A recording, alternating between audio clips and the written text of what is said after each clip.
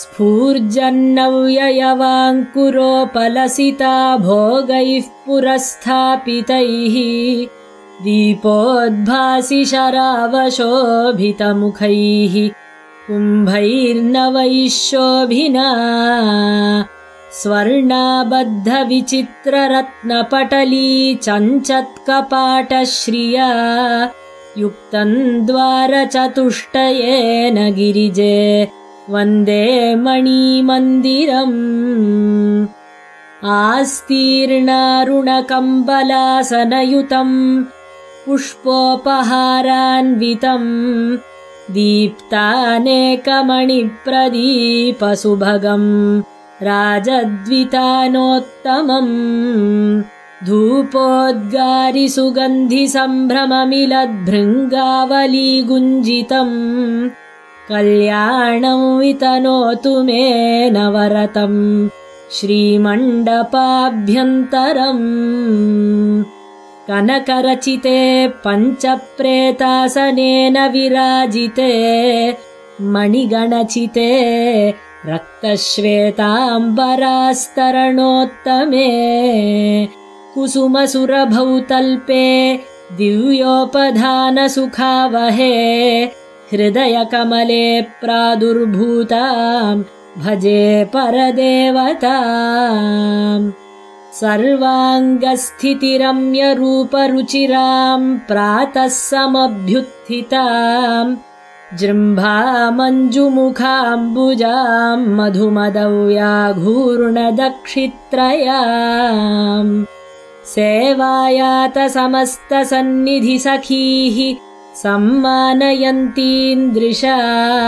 सम्पश्यन् परदेवताम् परमहो मन्ये कृतार्थञ्जनुः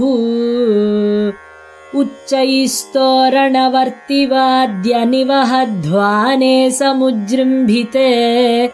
भक्तैर्भूमिविलग्नमौलिभिरलं दण्डप्रणामे कृते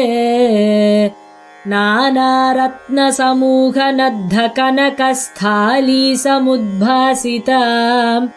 प्रातस्ते परिकल्पयामि गिरिजे नीराजनामुज्ज्वलाम्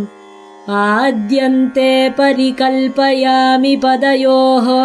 अर्घ्यं तथा हस्तयोः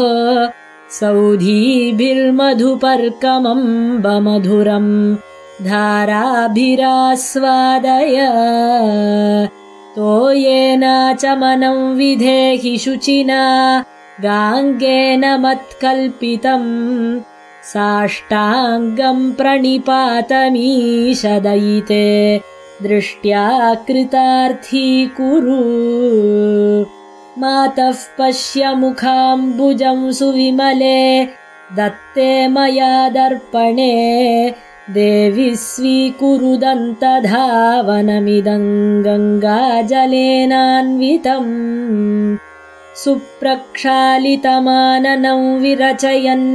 स्निग्धाम्बरप्रोञ्छनम् द्रागङ्गीकुरु तत्त्वमम्बमधुरम् ताम्बूलमास्वादय निधेहि मणिपादुकोपरि पदाम्बुजं मज्जनालयं व्रजशनैः सखीकृतकराम्बुजालम्बनम् महेशि करुणानिधे तव दृगन्तपातोत्सुकान् विलोकयमनागमून्